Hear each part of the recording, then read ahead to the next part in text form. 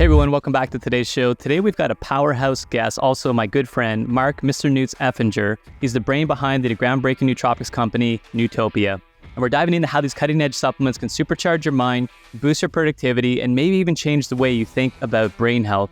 Plus, we're going to explore the wild side of social media's impact on our brains. So if you ever wanted to monetize your mind and get more out of your day, this episode's for you. All right, guys, welcome to today's podcast. We have Mark, aka Mr. Noots, on the call with us today. We're going to get into a lot of interesting topics and some really cool stuff with brain-enhancing nootropics that we're going to get into later. But first, I want to really talk about something that I hold dear right now as a father. Social media and its epidemic upon the world, whether you look at it that way as a bad thing or a good thing, I want to hear your interpretation, but more specifically, the effects it has on our brains. So what a great... What a great killer topic. I think of Jack Parr and some of the classic talk shows of the 60s, 70s, 80s, 90s, and how the really well-formed insight and idea became the catalyst for a whole movement. So social media, when it, I first got into it in 2003, 4, 5, we started with Twitter.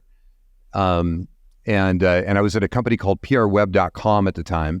And so we were the largest press release platform in the world. And we were a freemium. You could use a free press release. You could all the way up to $250. And we sold that company for $28 million in 2006. It started a decade prior to that. So it was a good exit. Damn. And David McGinnis, in fact, is the guy that headed that up and the guy that founded that, has become a close friend forever, and also has started a new thing called newsworthy.ai, which is an incredible platform for press releases, online press releases. So with that said, when my wife passed away, she died from oxycodone overdose. I tweeted, because I needed something cathartic to work from. And so I tweeted, I can't believe it's happening. This stuff is stick a needle in her heart. And I am not expecting that anything would happen.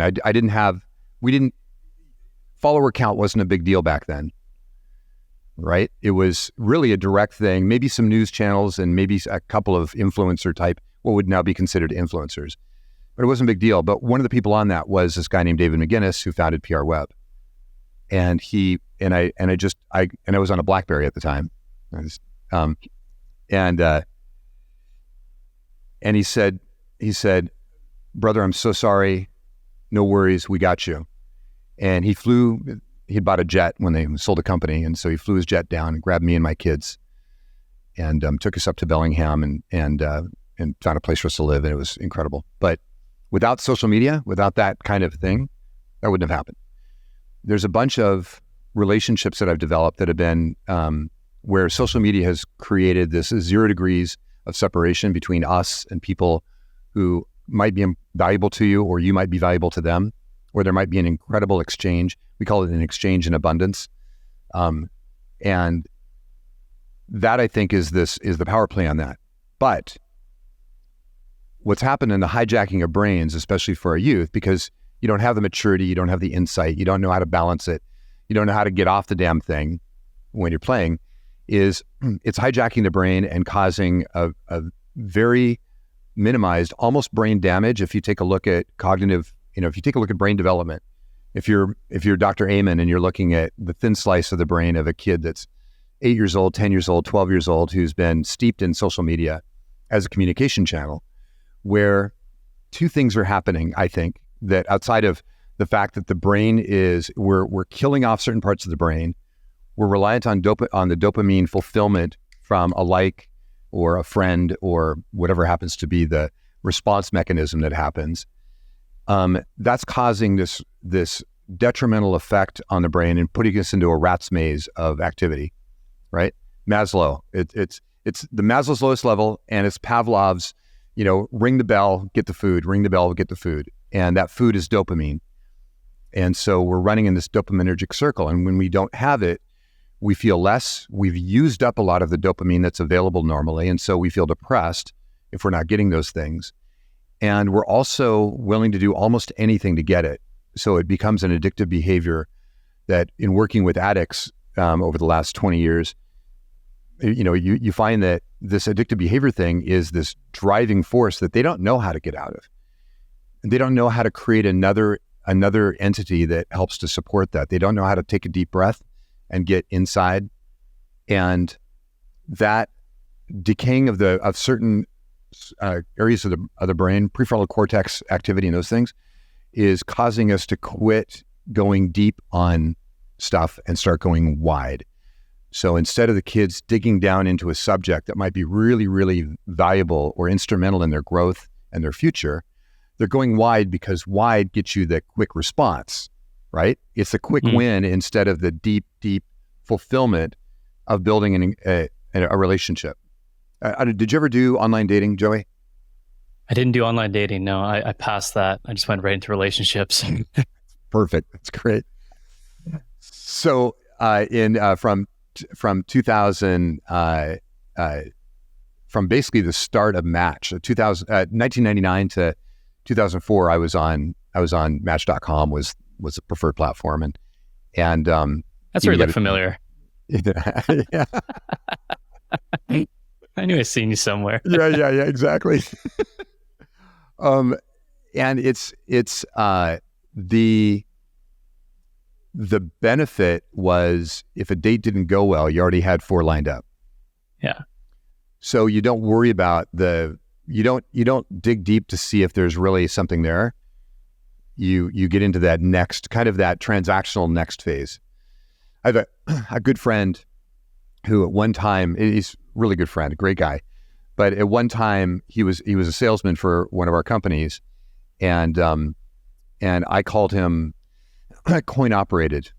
I said, "Hey Perry, you're coin operated," because he only did deals that were transactional, and as a result, he didn't build these deeper relationships, and he just moved on. And it was kind of a numbers game, kind of like think of stockbrokers and think about the Wolf of Wall Street, and they're just a boiler room with guys smiling and dialing. And that's what happens with social media is you smile and dial. And because you get enough of a feedback, enough of a positive ping on your system from any kind of recognition. It can even be a shitty recognition on a thread in a post that you're involved in or something. But you get enough recognition, enough feedback loop, instantaneous feedback loop, that it keeps you fired up and you keep going.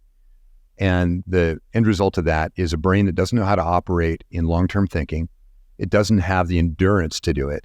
And it doesn't know how to create its own feedback loop of performance, like the Huberman-based feedback loop, right? Like between, you've got a task to take on and you're fighting Pressfield's resistance, right? The resistance is there and I'm not facing it down. I'm going and doing something else. I'm doing anything distracting me, which is what social media does. Instead of going, okay, I've got to attack this. So I'm going to go do something completely boring or that I hate so that the task I need to do becomes interesting and exciting. And that's the thing that the dependence on social media, especially in our youth, has caused. So, Joey, when I was young, what did you do when you were like 8, 10, 12 years old? What were the things that occupied your time? What were the things that totally immersed yourself?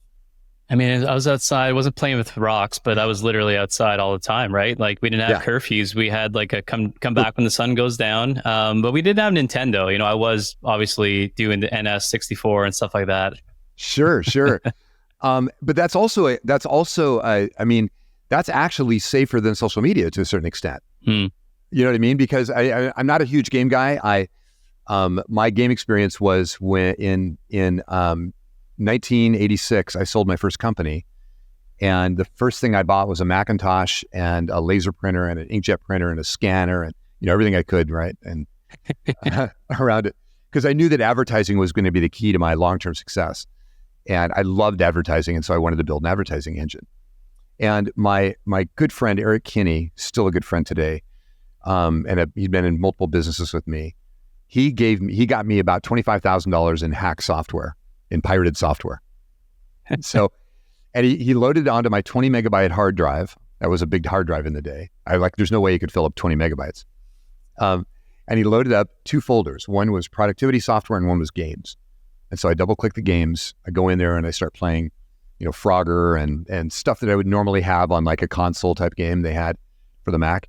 And an 8-bit pixel, just crappy looking graphics, but it was awesome.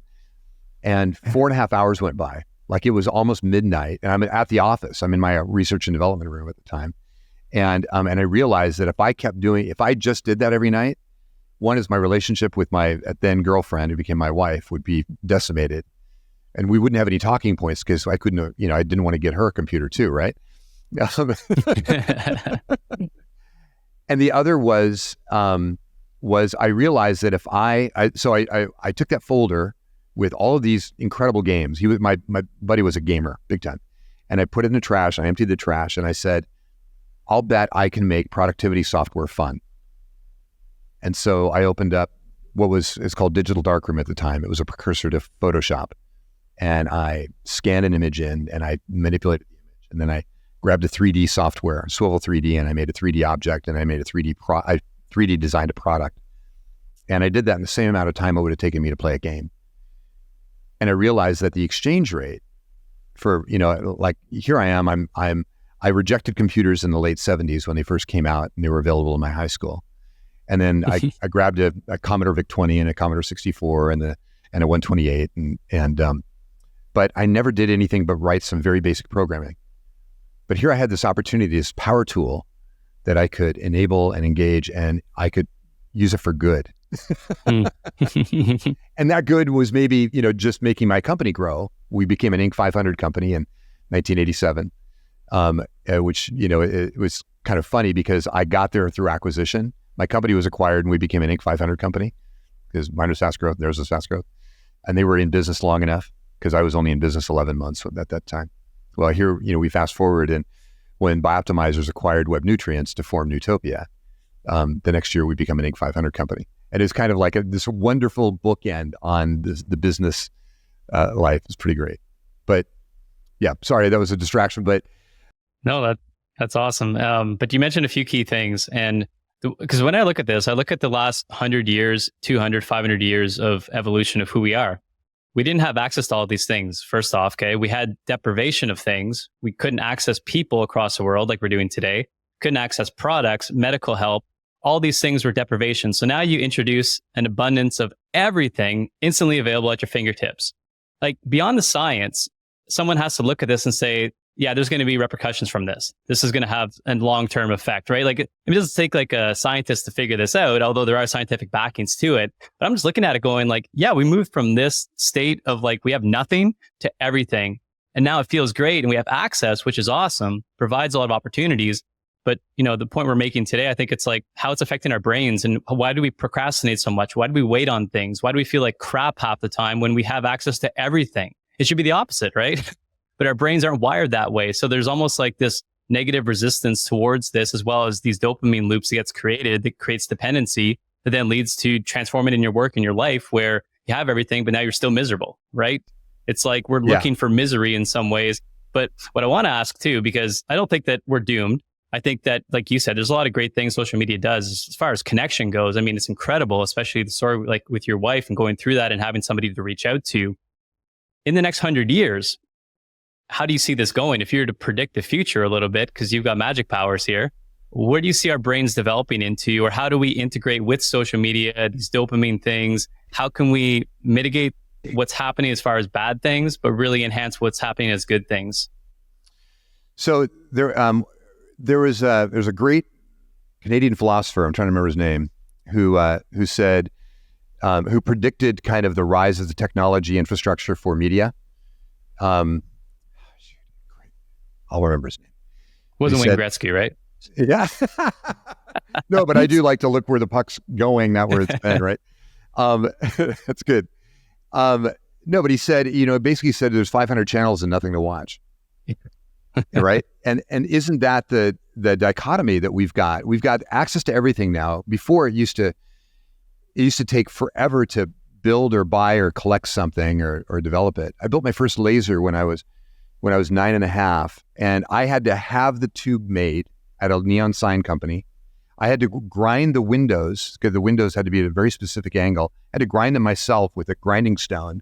And then I had to cement them with this very specific kind of 2-part epoxy with the window, and it had to be a very specific window. I could only get from a side, and I had to do all that. And then I had to build the power supply for it and all those things. And the mirror mounts, I had built the mirror mounts, out of micrometer screws and washers I got at the hardware store and magnet. It was just crazy. And you had to do all that. But isn't it gratifying when I turned that thing on and I got that little dim red dot 100 feet away in the garage and going, I did it, right? How do you build that kind of persistence into our neurology without, overdriving it with Adderall or something like that, with some kind of a hyper dopaminergic, compound. And when you take a look at this kind of short-term gratification issue, the endurance is one thing, the persistence is one thing. We talked about Stephen Pressfield a little bit ago where, he talks about the resistance being anything that keeps you from doing the thing that you were made to do, the thing that you were empowered to do, the thing that, God gave you to do is the resistance. You want to start a company, it's time to go do the dishes. You want, right? And I think what we're losing and this being increasingly worse is we're not recognizing very few people, the upper 1%, maybe some of the upper 1%, I shouldn't say. Money doesn't give you class, right? But when you grow up in an environment that recognizes aesthetic and recognizes, which is actually part of our company, right? Optimizers, insight. Aesthetic is one part of the pyramid, one part of the triangle that is the stool of our support system.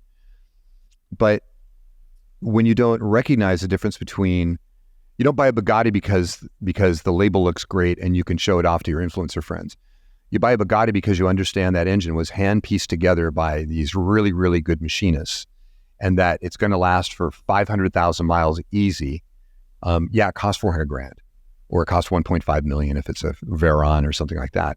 But it's quite a piece of engineering and a really beautiful piece of handmade machine. And I think it's really important to kind of recognize that when we started doing, and that we're losing that. I can go to Amazon, I can see a product, I can go to Temu and get it for 1/3 the price. Mm-hmm. It looks like the same thing, doesn't necessarily represent the same thing. When we started Nootopia, our capsules look like this, handmade. And the reason they were handmade was because we didn't have enough data points yet to be able to figure out how we had, like, I think at the time we had a little over 10 million data points. We didn't have enough data to be able to say these different nootropics or these different ingredients or these compounds and extracts are going to positively affect 90% of the people. They might do 30% or 35%. And so now we had to adjust everything for every customer. Now that we have maybe 100 million data points, we figured out how to kind of dial in that and make it so that I can give you a product. I guarantee that thing is going to work. And that's that combination of nuanced individual design and development and mass scale and data mining where you can actually combine the two. The problem is that if you squint your eyes, you can't tell the difference between that beautiful, bespoke, handmade guitar and one that comes out of a a Chinese manufacturing plant at a rate of 20 a minute, because they're both kind of look a lot alike, and they maybe even have some of the same pickup technology, or the pots might be smooth or whatever, but there is a difference. If you've ever been to a luthier's shop, which I have, I've been to the Seagull shop that was in Santa Cruz, and they were making these beautiful handmade cutaway acoustics. And you saw the way that he planed the wood, and you saw the way that he did the matched pairs to make it so that a flame top would be these beautiful, it spreads from the center, and the way he cut the F hole or he cut the side holes up here. And then how he listened to every component as he assembled it to make sure it had the right resonance so that when it was finally assembled, it would be flat response across the board. So it wouldn't be too boomy, wouldn't be too tinny, and how he put the lacquer on, all of those nuances. We've lost that. And that was the plot. America was the great, I don't want to go on the American manufacturing rant, but America was the great manufacturing place in the world because we cared. When we nuked Japan back in World War II, we came back to them, Thompson and some of the great manufacturing technologists of our time, and we said, here's how you go from making cheap little tin toys to making great things. And companies like Lexus came out of that, right? And Toyota and Nissan and Mazda, and they made presentable vehicles, and then they made better versions of those presentable vehicles, and now they make this world standard in vehicles. By the way, I just found out what Lexus means. Oh yeah, care to share? Are you ready? So Toyota was having a hard time getting recognized for anything more than the Corolla, kind of a low cost, very reliable. You could get 300,000 miles out of it, but it wasn't the car that you wanted to show your friends, and you would never talk about, I've got a Lexus Sport, right? And the closest thing to anything performance was the Super line that they had, and those were, dodgy at best. Their suspension was soft, and they had a pretty decent engine, but still. So they were at a show, and they realized that it wasn't the car that was the problem; it was the brand name. And so Lexus is luxury export to the U.S. Lexus. Mm. And so what they did is they created a new brand. They did slightly nuanced fit and finish.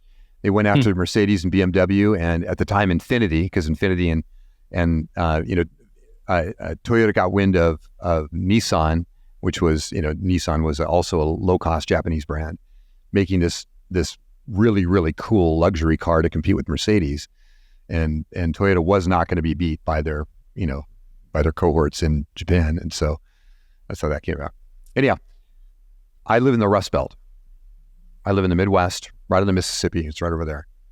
And they called it the Rust Belt. It used to be called the Steel Belt because we used to make stuff. It's the Rust Belt because we no longer make stuff, and all of the manufacturing plants are literally rust buckets. They're falling in on themselves. You go to Detroit, it's a dangerous place to walk. And it's, the great manufacturing plants of General Motors and Ford and the rest are just rotting. There's a really incredible opportunity, Joey, for us and our youth to get back to some of the essentials of tangible things that have meaning. Machine shops that make cool stuff. We've got one in the first floor here where Mr. Robot makes cool robotic technologies for us and innovations for, our exercise technology and our making our complex products. And I like to focus on opportunity. We have to address the problem. The problem is we have no cognitive endurance. We have no physical endurance to be able to go through these things. And we need to correct that. That's a biochemical thing that we can change with things like nootropics that we do. And with good biology, I'm wearing a full-time CGM now. Nice. So what a game changer. I don't know if you've done it before, but I'm using a I've Nootropics. not, but I do want to. It is, are you training? Are you lifting right now, or? Come on, man, look at me. No, of course I'm training. You can't tell because I'm just like in a black shirt and I'm just ahead, but yeah, I'm training. Well, your shoulders are cut off by this screen, so I figured you did some. Yeah. And so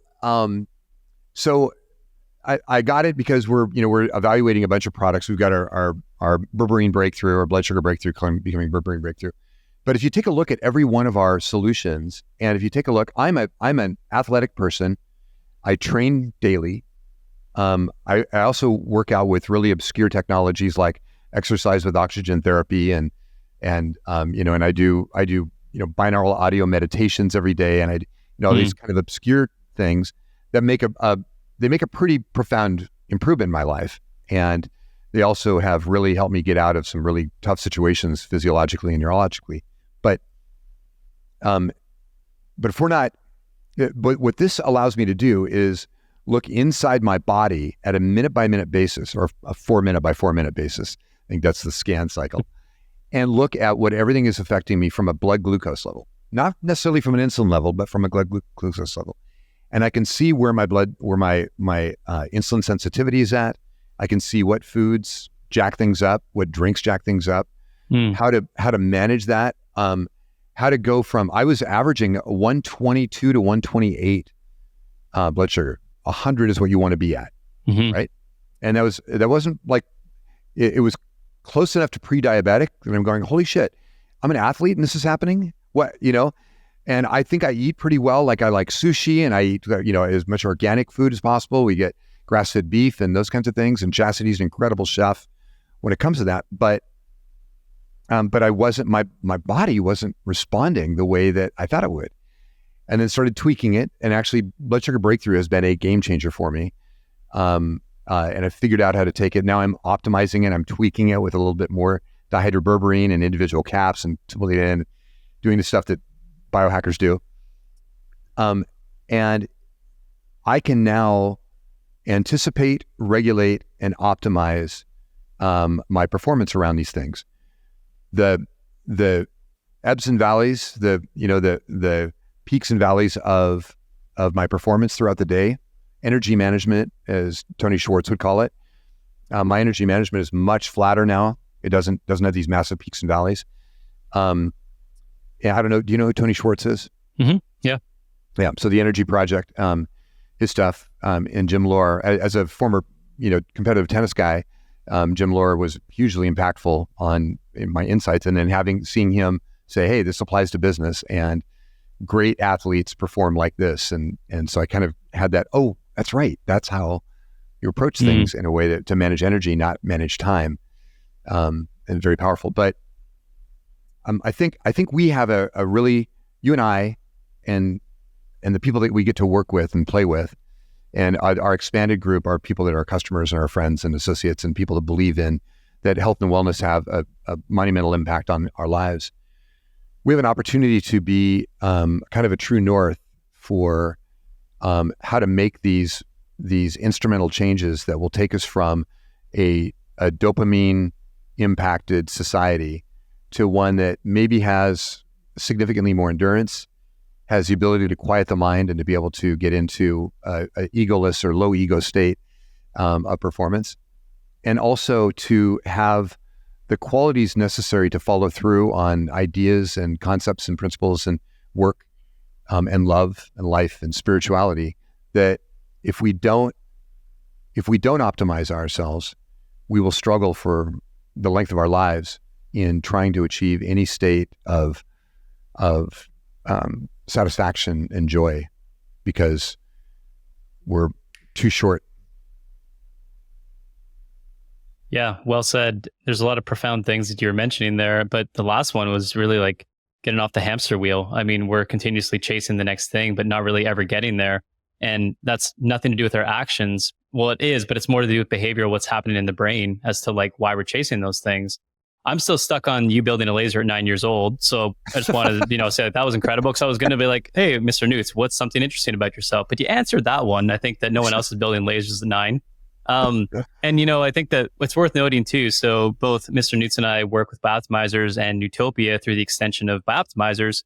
And it's been transformational to work since 2014 with the company on leveling up my mind through supplementation, which supplements that work, and with biofeedback that you can measure. Because if you can analyze it rather than just thinking something like, placebo effects and things like that we all get trapped into, there's power in supplementation with the right ones. And it's not about creating dependencies. It's about rewiring the brain with enhancements that you can use that are natural, safe, and like non-addictive.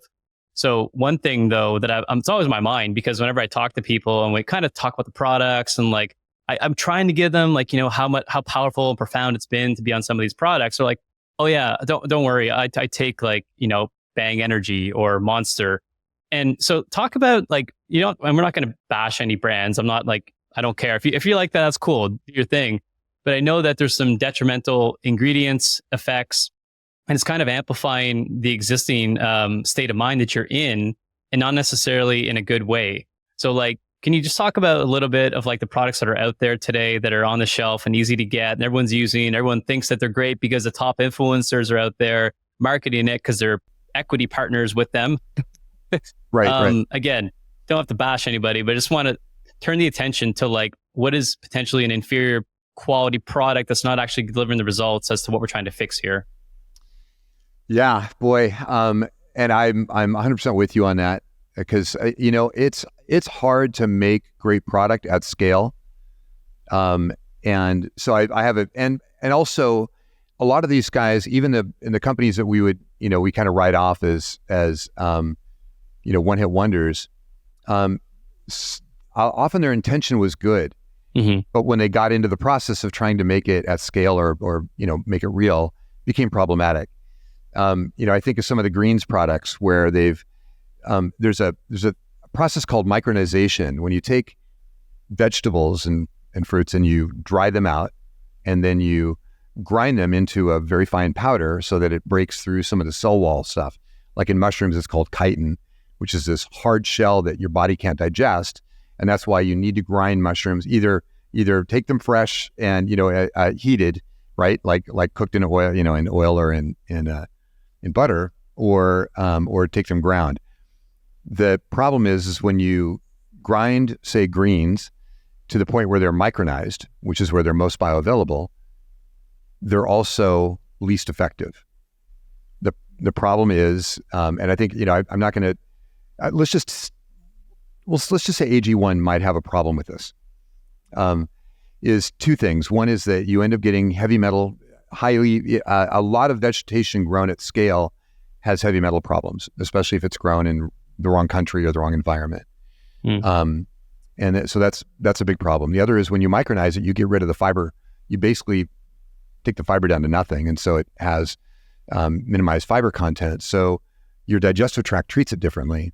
And so oftentimes you're missing a lot of the key components that made the vegetable in the first place valuable to your body. So that's one. We could talk about artificial sweeteners all day. And what we're learning right now, so we're working with protein sweeteners here at Bioptimizers and Nootopia, because protein sweeteners and monk fruit are kind of the two that we use, because we don't want to be jacking your glucose levels and suddenly creating an insulin imbalance and having those problems where your body's got to try to keep up with this thing that you've introduced it. But those are another problem. And some of these artificial sweeteners, as well as these natural sweeteners at reduced levels even, they still affect your blood glucose and bad levels. I'm speaking, I'm like the new spokesperson for Nutrisense, but but it's a big problem. And then the other is like gummies. Gummies is a great problem. The challenge with gummies, I've got a boatload of gummies over here that we've tested. We sent them to our Bosnian lab. We've got 21, I think, PhD candidates and a couple of PhDs we basically sponsor a university wing in microbiology and research. And it's incredible. Super bright people, Monia and her team, and Janan and Muammar. And what they do for us is they basically dissect everything, every raw ingredient we have. And two things that we've learned that are super critical outside of like, are they caustic to the body, or are they caustic in the bloodstream, or are they even effective, is if I send 10 raw ingredients from 10 separate vendors from 10 different parts of the world, and we send them to Bosnia to go do an analysis to find out where the key molecule that we want, or key molecules we want in that extract, what levels they are, we get a thing called a COA, or a certificate of authenticity, from every one of those vendors that says we guarantee this product has this characteristics, has no heavy metals, or below measurable account, and has these molecules in this proportion. Out of 10, we will get 8 that won't measure that. In fact, we'll get 8 that won't measure that, and we'll get 2 to 3 that don't even have that molecule in them. Unmeasurable.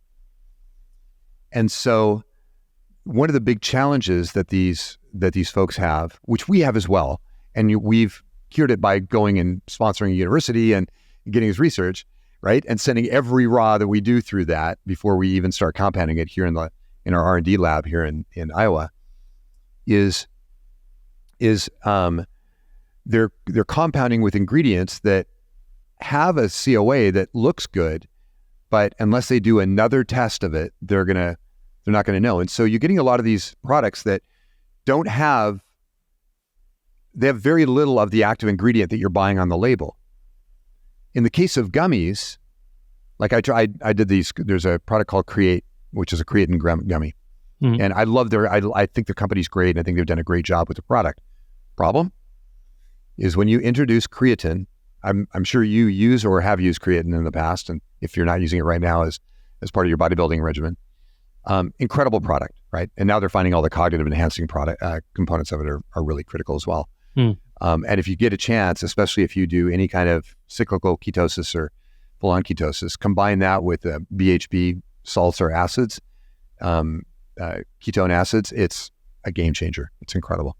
So, but a challenge is that when creatine hits water, it begins very quickly to become creatinine. Creatinine is the component that your liver has to excrete, your kidneys have to excrete to get it out of the bloodstream because it's not good. It's the metabolite of creatine.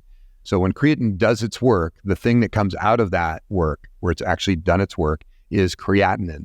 Well, when you put creatine in a gummy and it goes through the gummification process and the water in there, more than 40% of that creatine that went into the gummy is now creatinine. So not only are you getting 40% less creatine than is on the label, but you're getting 40% more of this metabolite that your body needs to get rid of that has a negative impact on the body.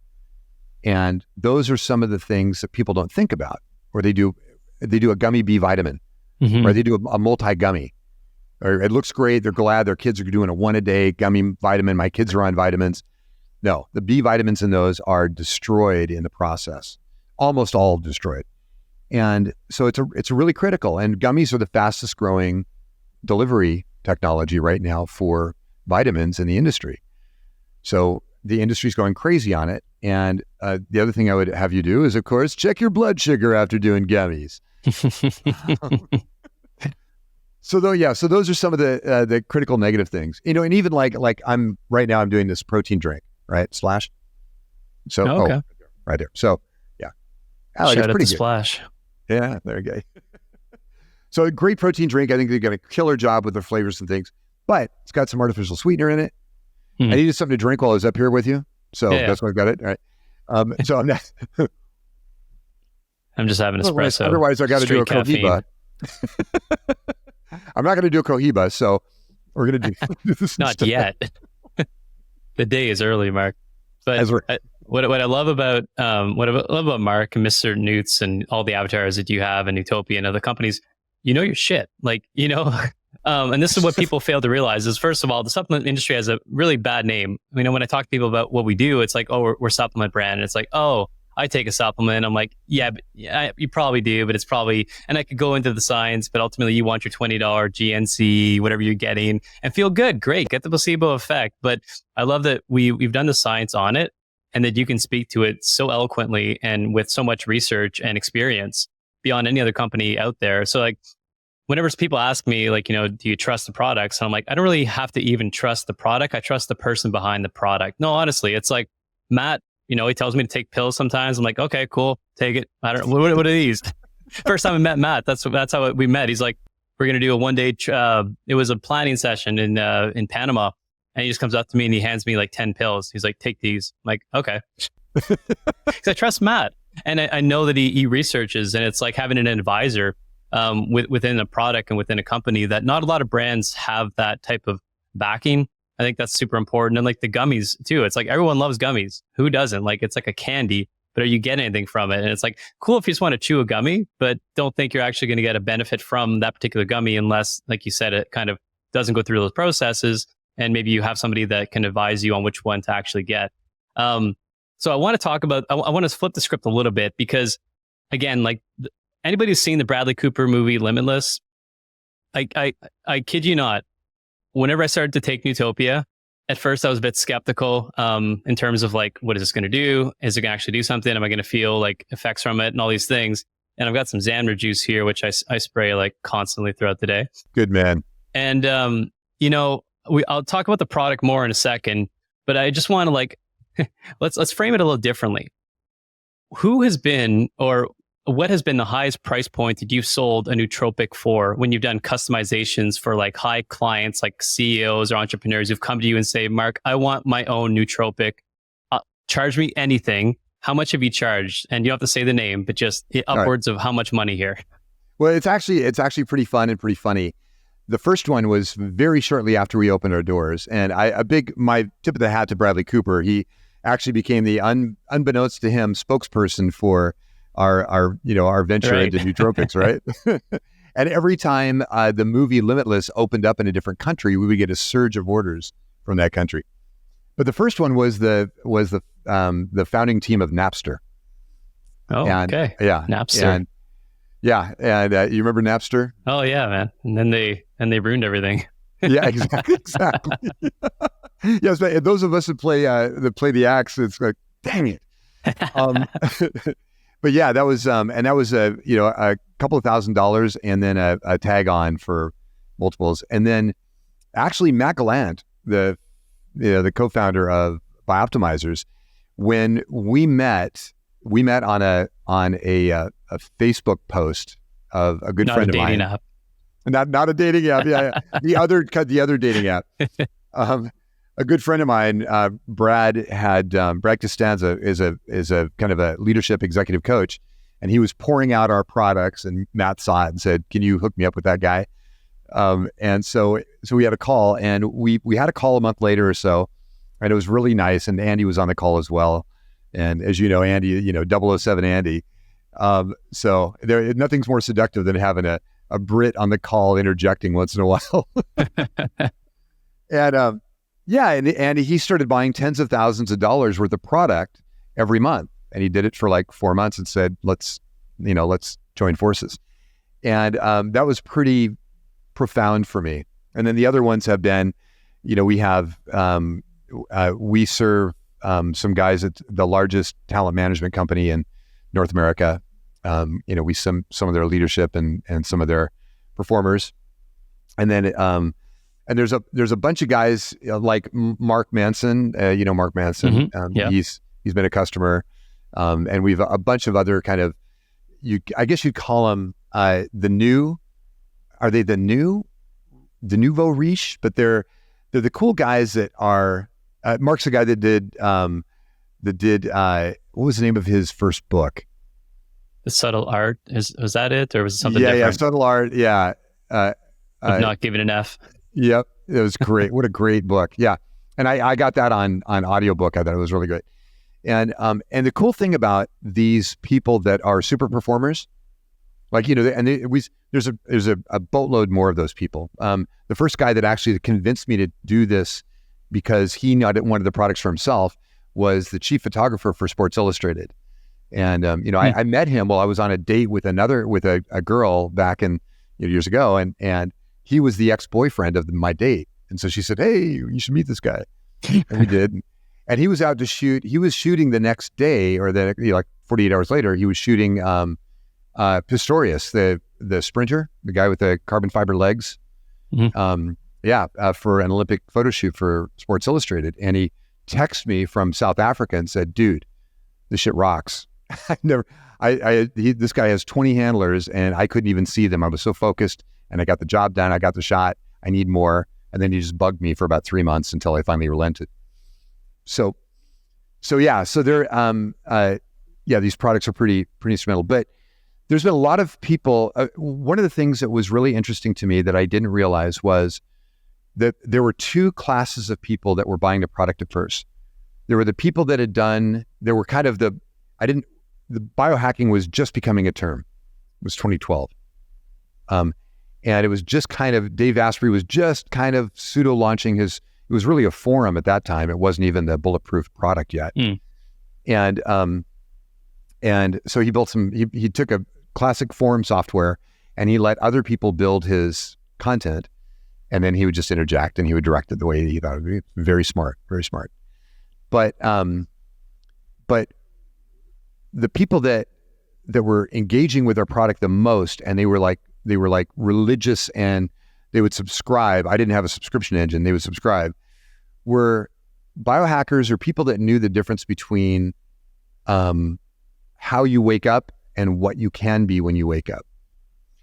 And the others were already established high performance artists, musicians, CEOs, athletes, educators, students, professors. They were, some of them were on my beta test. My beta test was over 1,100 people for 4 years. And they were people that absolutely wanted that 1 or 2 or 5% difference. They were already training. They were already, they were the 4 a.m. crowd, right? Or the 5 a.m. crowd. And they were already high performance individuals, and they wanted that tiny little margin, next margin, or they couldn't believe that they could get a significant margin. And that was the thing that we were able to do with them, was to go, okay, we can tweak this and make it really, really effective for you, because you've got too much adrenaline, you've got enough dopamine, but you don't have enough serotonin, and your GABA levels suck. And your sleep, isn't good. And so we would put these kits together that would handle, just like my shirt says, here's a the mind, body, energy, sex, and sleep. Yeah.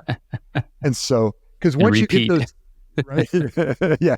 Once you get those things down, everything else goes well. And I think this is a huge subject, Joey. I think that most people don't know what it feels like to feel great. Oh, that's deep. Right? It's true. Yeah. They're walking around, they're a bit in a stupor or in a daze or in a fog, and they've never, maybe they've had an environment, or they don't remember when they were 8 years old and they bounced out of bed and they were playing before they didn't have a routine yet. They just got up, played Eights or Cheerios or whatever and went for it. And that's missing. And I'm 63 years old, and I so freaking love waking up. I love watching that sun crest. I'm very fortunate to have a place that overlooks a river, and so I get the sun on the other side of the river. I'm facing east, and I had my dogs attack me first. As soon as they see me move, the dogs are in full attack mode. But and then and I've got a gym in my basement, so I get to work out there as well, or grab my bike and take off across to the airport and zoom around. But when you have that, when you know the difference between mediocrity and absolute bliss of feeling great about your day, what happens is you become uneffable, right? People can't mess with you, because what you realize is that the depth of whatever crap is going on in your life, we all have crap going on in our lives. The depth of the crap going on in your life will always result in something greater and more positive once you go through it. So once you know that, and if you know that as a percentage, the outcomes in your life are, lean towards the positive, or they can, depends on how you define things. And if you don't care about the outcome, if you're not rigidly concrete melded to the outcome, and instead you have almost this kind of hands-off approach saying, I know great stuff happens to me. I wonder what cool stuff is going to happen out of this. What's going to come of this? What I found as a percentage is the outcome of that is better than I could have scripted. If I script it and I'm locked into it and I have to have this outcome, then I might get that, and I might get slightly less than that or whatever, but it's never better than that. But if I don't script it and I allow the freedom, I still have an objective. I still write down my goals. I still want, there's some concrete things I want, but those concrete things happen on the way to something greater. Those events that I'm really, really think are important or valuable to me or to my friends or whatever, those become milestones on the way to something better that I didn't project, I didn't understand, I didn't know, right? I don't have that insight necessarily. And part of it is having dialogue with people like yourself who have a different angle on life, who have had these different experiences, and asking questions and being willing to ask the stupid question, because, right? And having somebody support you. You and I have both had incredible dialogue with our partners who are really mentors to a certain extent, Matt Wade and Andy and all the folks in our company and even outside the company who get to view. Nuria, who is a VA for Matt and myself, a virtual assistant for Matt and myself, lives in Costa Rica. speaks with a beautiful accent, is learning how to run now. She's taking on 5 and 8K runs and even a 10K run. And she's like a mentor, man. If I'm shit's going down and I'm not happy with the way things are, I mean, she calms me. She goes, Mr. Noots, we'll take care of it, Mr. Noots. Right? It's just great. When you're open to the input that is available to you of friends, family, your dogs, your coworkers and associates, and the person you met at the coffee shop, and the girl in line at the grocery store, and the checker. If you just are open to the input, I think you'd be amazed at at the size of the outcomes in your life and the fullness that you get as a result of that. So off the soapbox. Well said. And for the past 6 months, I've been working with a new life coach, spiritual advisor, business strategist. He's kind of like all the above rolled into one. And I'd lots, not to go on a spiritual tangent, but spirituality and faith are a little bit different, or at least a religious based faith. And what I stopped doing for a long time, and I kind of lost touch with it, was just the openness and the interpretation of things as like everything's happening to me versus everything happening for me. And at first that sounds kind of woo, because things happen sometimes. You're like, well, how is there a meaning to this? But if you have an open awareness to it, you're curious to it, and sometimes you're triggered by it, but you notice that that's just a thought. Thought isn't you. It's just a thought that exists. And you dissipate that. And then, like you said, you kind of just openly welcome anything coming in your life. You're going to receive a lot more miracles in a lot of your days versus always expecting the worst. You're going to attract that. So I think that that's super profound. And, one of the things that I look at is the journey of where everyone goes in their health, or whatever it's fitness or cognitive or career, being open to things you're hearing. And if today, like on the podcast, we're talking about nootropics a little bit on like cognitive functioning and things like that. If at first you're like, oh, geez, resistance, like, I don't know about this. And it's like, be aware and open of this is coming into your life at the right time, potentially, and to, give it a shot. Because at first, when I got introduced to nootropics, I was like, oh, is that a drug? Like, what is this thing? And I had a lot of defense mechanisms because my ego was kind of coming into it. So it's not to say just blindly take pills from people like I did. Maybe I went a little bit too extreme, but I think that there's a timing for things rather than a time. You know what I mean? Like, so I might make a plan for something, but I can't necessarily say how long something's always going to take. But I think the more important thing is the timing of when things show up in your life. And I think, whether it's a mentor, whether it's somebody that you look up to, or somebody that touches your heart or your life in a way that has a significant impact over time, those things are going to be coming to you if you're looking for them, rather than thinking that you're a victim of everything. So, kind of a tangent on things, but we could go into a whole new episode on that mindset. Joey, I think that's instrumental. And to wrap it back in and put a bow on the nootropics part, one of the challenges people have is that we're out of chemical balance. And just like this, the dopamine hits we talked about that our kids are getting on a minute by minute basis. And by the way, I've been guilty as well. Once I discovered Facebook, and I act like an extrovert, but I'm really an introvert who also realizes that I love people. I just don't, I expend a lot of energy in when I'm in dialogue in those things. But if you don't feel good, if you're out of balance, it's difficult to have the engagement and the belief that things are great. And so what I believe that nootropics are as much as they're, a focusing agent or a high performance, natural solution to handling a bunch of cognitive things, I think they're a state change optimization tool. So do I want to feel better? Am I having a what appears to be a crappy day, or are my hormones are wonky today, or I didn't get to sleep last night for some reason or whatever, and so I'm in a crappy mood? I might take something like an upbeat to restore some of my serotonin levels and dopamine without jacking me up. And suddenly I feel better. Well, now that I feel better, I operate better. My output is better, meaning the things that I'm producing, the valuable final products that are things that move my company forward and what we do forward get better. Or if I'm having a really scattered day, I might do an ultimate focus. Or if I need to be in a kind of a Zen state, but I need to be aware, like I need to have this kind of smooth, egoless, not foggy, very crystal clear, but I need to be really aware. I might do like a mushroom breakthrough or something like that, where I'll put it in my coffee as a way to kind of make a nice mocha out of it. Having it right now. I love it, man. It's one of my faves. I live on it.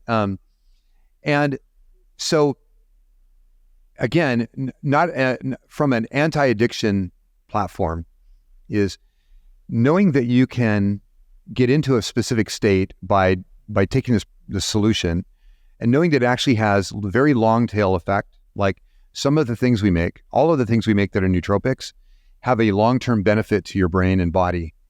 So it's not just something you take and you get in that state for that moment, that's it.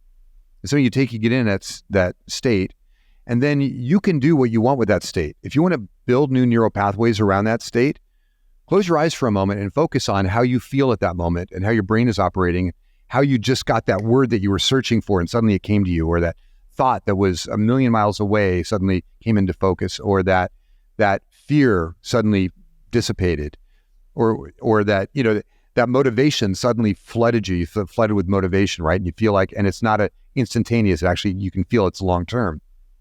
Go embrace that feeling, that emotion, that state, and build that state into you. And by doing that, one is you're going to realize you're not reliant on that solution to get there. You can actually close your eyes or open your eyes and get into that state as needed. And that's a really, really key thing to understand.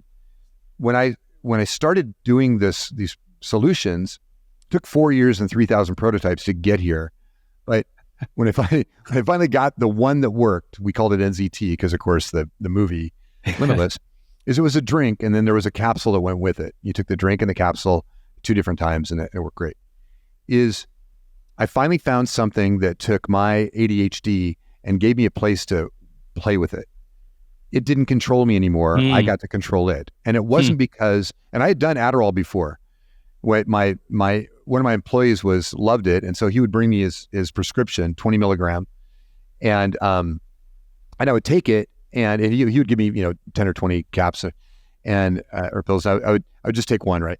And then if somebody came into my office, I would bite their head off because the way that kind of, epinephrine, adrenaline, and dopamine combined acted for me, I became an asshole. And they would literally go, "Oh, you're on the asshole drug. I'll talk to you in 6 hours or 8 hours." So, yeah, it was great. But in this state, what you can do is you can get into state. The state is not, we don't hijack your brain.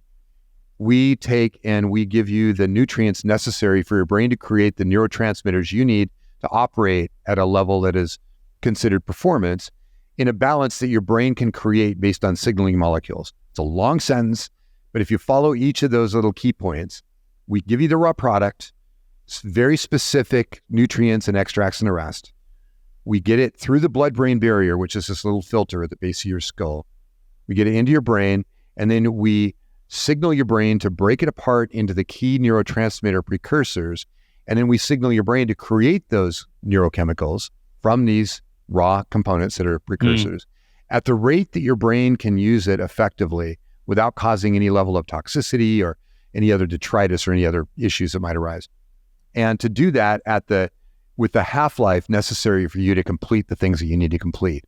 So you are in charge and you get to manage and monitor the process. We give you all the raw product and we give you the kind of signaling tools necessary to execute on those. And that's the difference between this and going and downing, an 8-pack of 5-Hour Energy or Red Bull. And again, you have various states. You've got a loving state. Like that's available through nootropics. You can get into a loving state. That thing that you're doing, the Xamarin Juice, right? And GABAlicious, those help your GABA receptors be more sensitive, and then they provide the precursors to GABA, the neurotransmitter. So you feel more open, you feel more social, and you feel more less fearful and less protective. Really, really powerful. Think of it as a martini without the buzz. And so you get those things. If you want to have the follow through, but you don't want to feel like a jerk like I did on Adderall, Dopa Drops can be a really great solution to getting you in that state. But what's better is that when I designed that, it was a 3-part release. So I said, okay, let's give you directly some L-Dopa, and let's get your system to convert it into dopamine. Let's get you the precursor to L-Dopa, and we'll get you the cofactor that turns that into L-Dopa that becomes dopamine. Let's get the precursor to that becomes L-tyrosine, which is a precursor to that, which is also dopamine and norepinephrine, noradrenaline, and then becomes L-Dopa and then becomes dopamine. So you got these 3 stages. So it's flowing dopamine into the synapse, not hijacking the synapse with dopamine and adrenaline. And it does this really smooth. So you feel great. You feel great all day. It's good. For me, it's 12 to 16 hours. You don't fall off a cliff at the end. You just are able to relax and chill and get a good night's sleep. But what a difference it makes when you're not feeling motivated, or when you don't feel like you can execute, or you don't have the mental endurance, right? That cognitive endurance to be able to keep going when you know you need to keep going, when you know that if you drop this thing right now, you're not going to be able to get to it tomorrow because you got eight meetings lined up and those things. So yeah, it's a state change, state optimization framework, not a pill you take to get, to focus. That's so anyhow. No, I mean, that's a great explanation. I'll give a couple other ones to kind of like round that off. Is first off, people often ask me, they're like, well, are these addictive? Like, am I gonna get hooked to them? And I was like, well, the best way I can put it is, do you love the feeling of working out? It's like, like when you're working out, how do you feel? I feel great. When you're not, you feel like crap, right?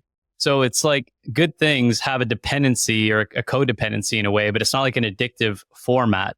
It's just like, I know I can tap into a state. And what I often tell people, it's like, first off, it's like a light switch for my brain. In the morning, I know that however I'm feeling in that day, I could be feeling really great or maybe just a bit lower. Maybe my energy's a bit down. I know at 9 o'clock, if I have some of these, 9 o'clock, I'm good to go. If I have a meeting coming up, I want to be verbally more fluent, like a podcast or just whatever I'm doing. I can dial that in with a formula, because there's like 9 different formulas we have and probably counting within a box that you can get. And you can dial it in and think about the do not disturb on your computer. It's like a do not disturb for your brain. Your brain just like focuses in. It's like flow state. We've all had that experience where you're like, your energy's good, you're vibing, you're totally immersed in your work. And it's a way to monetize your mind. So high performers love this stuff because everyone's competitive. They want to get more out of like their day, their minutes, whatever they're doing in that particular, period in their life, trying to make more money, trying to be a better family man, trying to get better sleep. What I really loved what you said, as far as people don't know the difference between feeling like crap and feeling good. If you don't know the difference, you just accept that other state is how you actually feel. It's like, everyone feels like this. It's like, there's a better way. There's a better way. And once you experience it, you're like, oh my God, I've been living like that. I've been experiencing this brain fog all the time. I didn't have to. I've been doing Monster Energies and having these wicked caffeine crashes after and everything else that I'm getting from these bad chemicals. It's like, there is a better solution. And I recommend it to everyone, as far as if they're trying to get more out of their mind, but also plug into states on demand. There's nothing else that I've had that meets what this product does. And I think we still have the app going as well. Like, you can dial in formulas, which was really cool. For me, it took around 3 months for me to dial in the perfect formula. Like, the first month was great.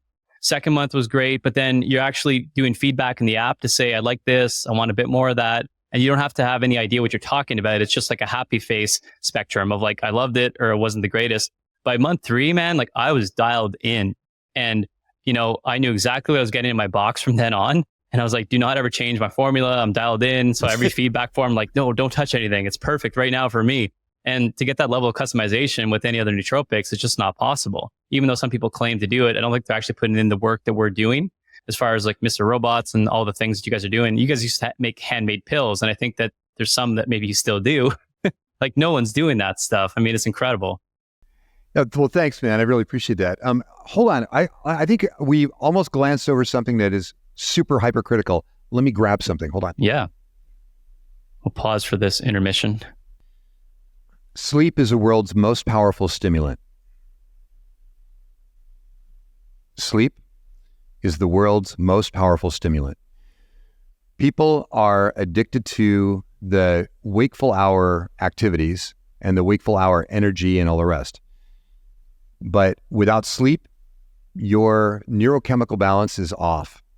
Your recuperative, both neurological and physiological recuperative cascade is shot. and you start running into negative. This is where you start aging really fast. So one of the things that we have done over the last few years is focus on what are the things, like what's the biggest problem with sleep? We'll call it excess melatonin. And that's kind of been the go-to for, decades, has been melatonin. And what we did is we put together a system. We now have a capsule 2 coming out really quickly here. But we put a system together that helps you get into what's called parasympathetic mode. Sympathetic is fight or flight. Parasympathetic is the rest and digest.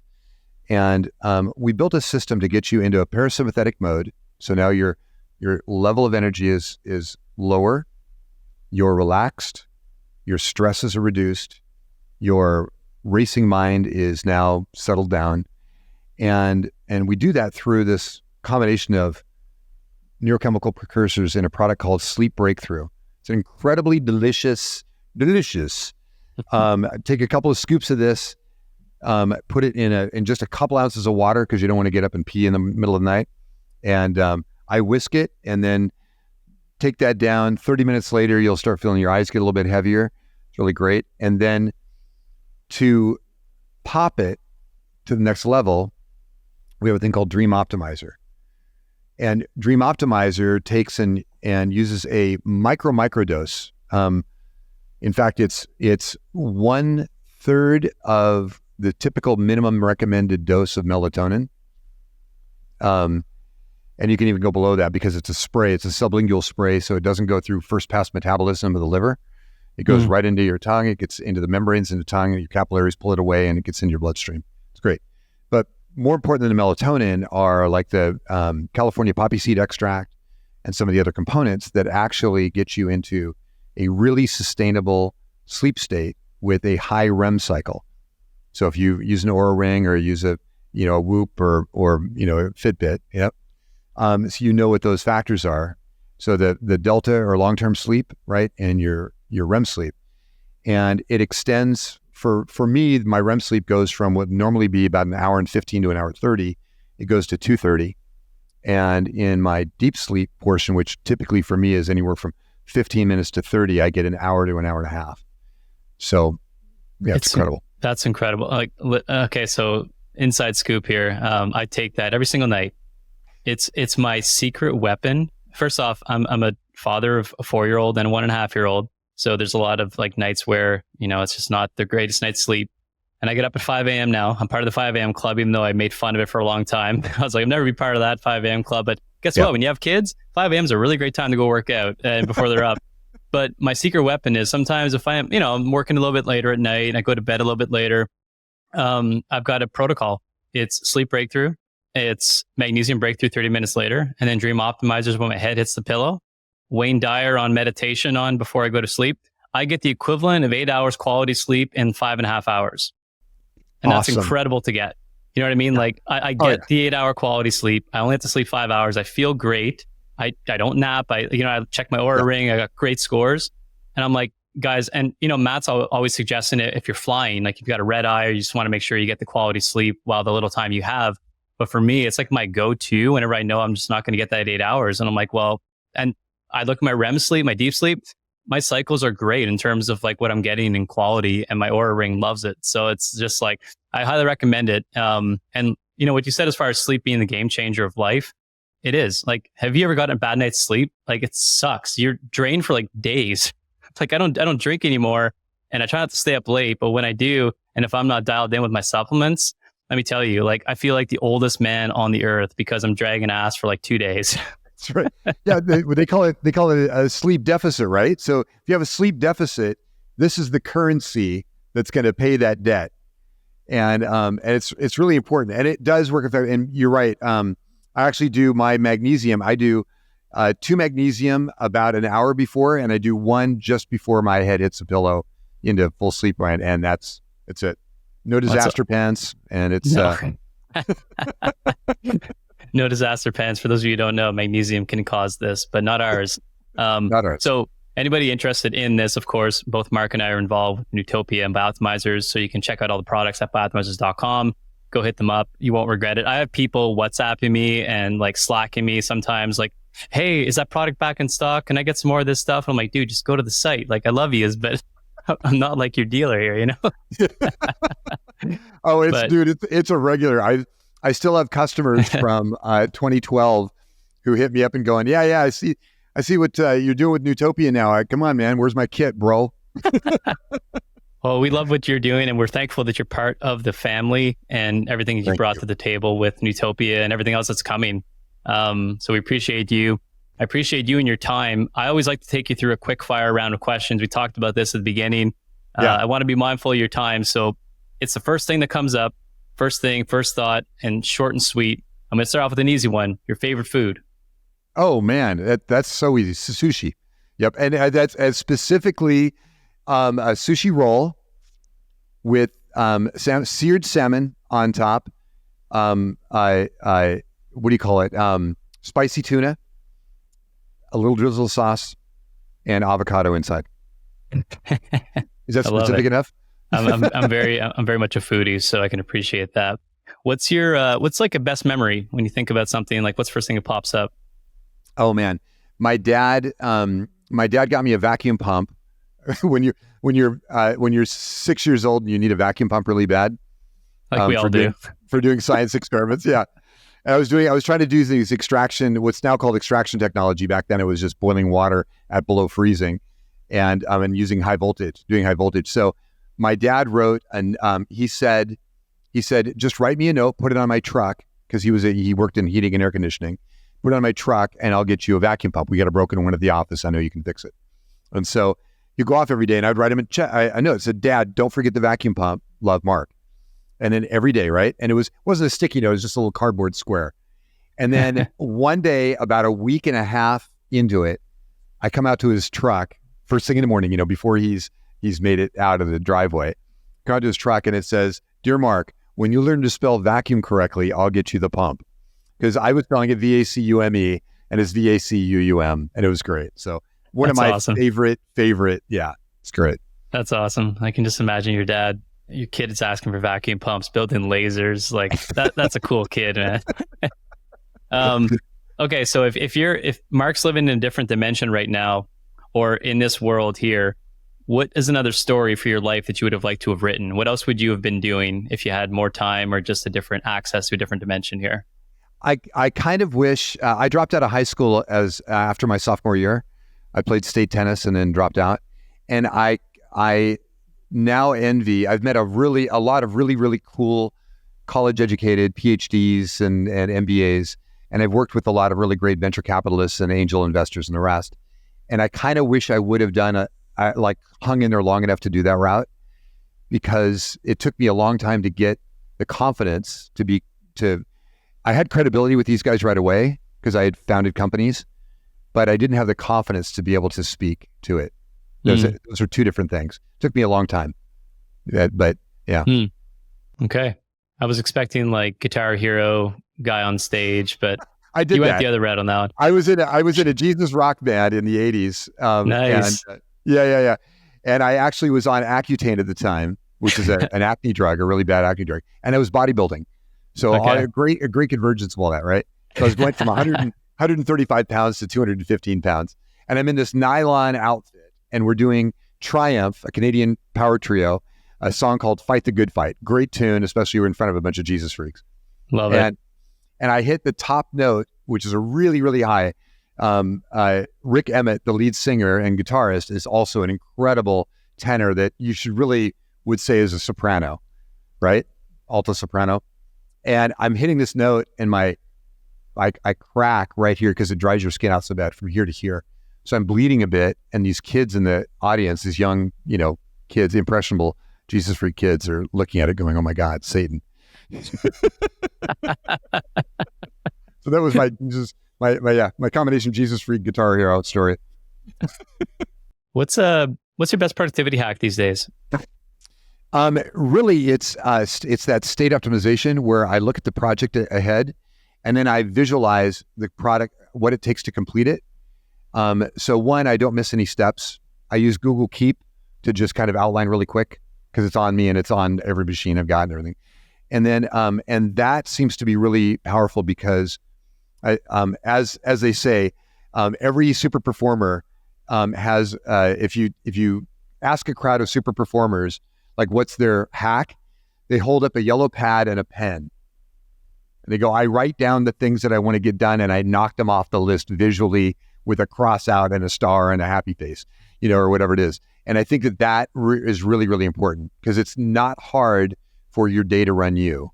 Mm-hmm. And it's super important to be in control of that. And to even get pissed when somebody tries to hijack you and you realize in the middle of the dialogue that you're now committing to something that isn't on your list, that doesn't have to do with your definite major purpose, and that isn't in alignment with the collective goal or the individual goal. It's just you taking over their job. Yeah. Interesting. I like that one. Well, you're 63, which I would have put you in your 50s. So you look amazing, by the way. Thanks, brother. So great job at that. You're technically in the retirement age, I would say, right? But you're not retired. So yeah. What do you want to do in your traditional retirement years? Like, what are you doing, or where do you want to continue to move into as you continue to progress? What a great question. So years ago in the late 80s, I had kind of a spiritual epiphany. I had left the traditional church and started kind of investigating, I'd studied TM, transcendental meditation, when I was very young. I had my first TM experience when I was 8, and then followed it from then. But and I still use the breathing exercises as a way to help get me into a Zen state, which is great. But one of the things that came to me one day in a kind of a meditative trance was I was called to make a monumental contribution to every life I touched. So, and that sounds like really, blown up or whatever, but what it really meant was I needed to be very sensitive and listen to what the needs were of the people around me. And in whatever capacity I could contribute, I needed to try to make a positive impact.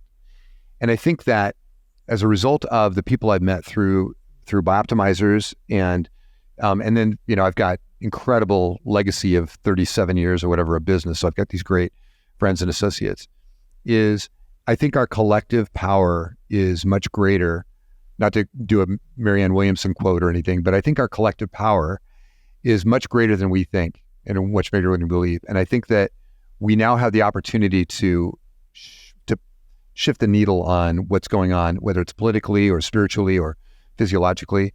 And I do believe that if we can make the kind of instrumental impact that we do at Bioptimizers, where we literally have a meditation we do every week, right? To make biological optimization available to every soul on earth. I mean, that's not just a throwaway thing that we say to try to keep everybody in alignment. It's something I think we inherently believe. And I think that I'm uniquely positioned. I let my hair grow gray. I was really afraid of it. I let my hair grow gray just like 6 months or a year ago. And I did that in fear because I was fearing that, oh shit, I'm actually acting my age. Well, I'm not acting my age, but now I get respect from, I used to get respect from the girls. Now I get respect from people looking for insight. And I think that it becomes a superpower and a tool that you can use to be able to get people's attention and hold it and say, oh, maybe that guy actually has a little bit of wisdom and he's not trying to play a role that he's not fit for. So I think that's part of it. And I'm going sliding into home base in a DeLorean, in a hot rodded Tesla, at whatever age, my things start failing. I'm fighting this thing called aging and called, life. Brian Johnson's Don't Die. I might as effing live. Yeah. I agree with that. That's great. Yeah, I mean, just to kind of go on that too, like I went through a lot of solitude, I think, growing up, and just thinking that everyone's kind of against me. And through the working with Bioptimizers, working with Matt, working with brain training experts, learning that we're all connected, and that, having that interpretation of life now has really served me a lot better. And my guard's down more, I trust more, I love more, I have more people in my life that love me. So it's great. And listen, gray hairs, I'm getting them too. I also do I dye them? What do you do with them? Like, So I've just given up. I'm like, eventually just all be gray and I'll look as good as Mark here.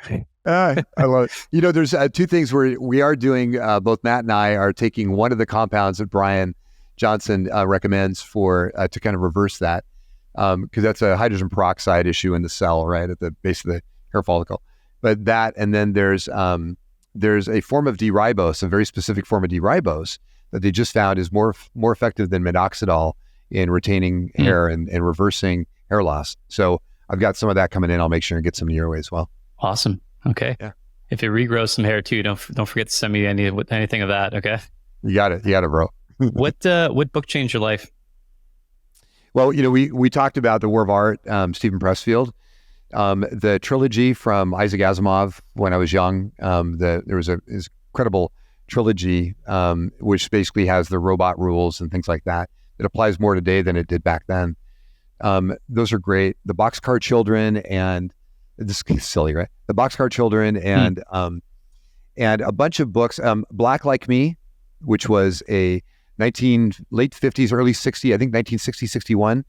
A journalist in, this is a real true story, journalist in Texas, in a little town in Texas, dyed himself and used a first version of melanotan, melanotan 1, melanotan 2. So he had melanotan 1, and he used that, and he became black. He shaved his hair off, became black, and then he went to the South, to Mississippi, to feel like it. What does a black person feel like in a white society that is prejudiced?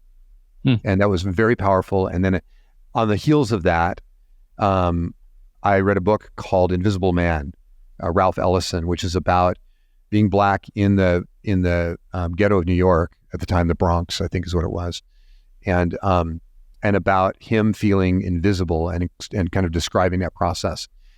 And that led to when I was young, when in 1981, I went to Cabrini Green, which is the most notorious projects in the world, and in the US at the time, in Chicago. And I went to the projects to see what it was like to be there. I just spent one part of a day. It was scary as hell, being a white boy in an environment that he didn't fit. Those were really transformational. And then the business books, dude, they go on forever. Almost anything from Seth Godin at the time. Jeff Walker, Launch, I think was really powerful for understanding how products, in the early days, Frank Kern and his stuff, I think was really important on the e-commerce side. And then there's a million, God, I'm a reader, by the way. I still do. Same. But those are the kind of things. And then, I have to say this one. So the War of Art, in getting past the shit that keeps you from doing the thing that you were called to do. Super important book, super fast read. Highly recommend everybody read it. The Dip, if you happen to be an entrepreneur, The Dip from Seth Godin is about the point, we call it no man's land here at Bioptimizers, where the company is going through these challenges that are inevitable whenever you're in a fast growth environment, and how to make it through, how to recognize what the other side looks like so that you and your team can actually get there. Really, really, really important book. Again, another quick read, maybe 80 pages, 90 pages, super good. And then there was a creative book. What is the name of it, Joey? You might know it. It's where Morning Pages came from. But Morning Pages is a way of writing. It's a way of flow writing without your mind engaged. And you do it first thing in the morning. You wake up you just maybe you pee. And what you do is you take 3 sheets of paper and just write as fast as you can the thoughts that filled your mind. Whether it's the dreams at night or whatever. Don't edit. Don't use punctuation. Just write and do the front and back of those pages. And it's amazing how it frees up your mind. You may never read those pages, but what it does is it gets rid of the stuff that's been occupying your mind that you don't even know. The Artist's Way. The name of the book is The Artist's Way. Julie Cameron. Damn. Okay. I just added a bunch to my reading list, because usually I ask this question, I get one book. I got like 10, which is awesome. But it's my selfish way of finding new books. And you mentioned, I think, every single one of them I've never heard of, or like never read or heard from a guest. But I'll send you a list. I'll send you the list and a link. Appreciate it. I love Audible because I don't have time to read, but I have time to walk. And if I'm doing stuff that doesn't require a lot of the mind, I'm just constantly devouring books. So I love that.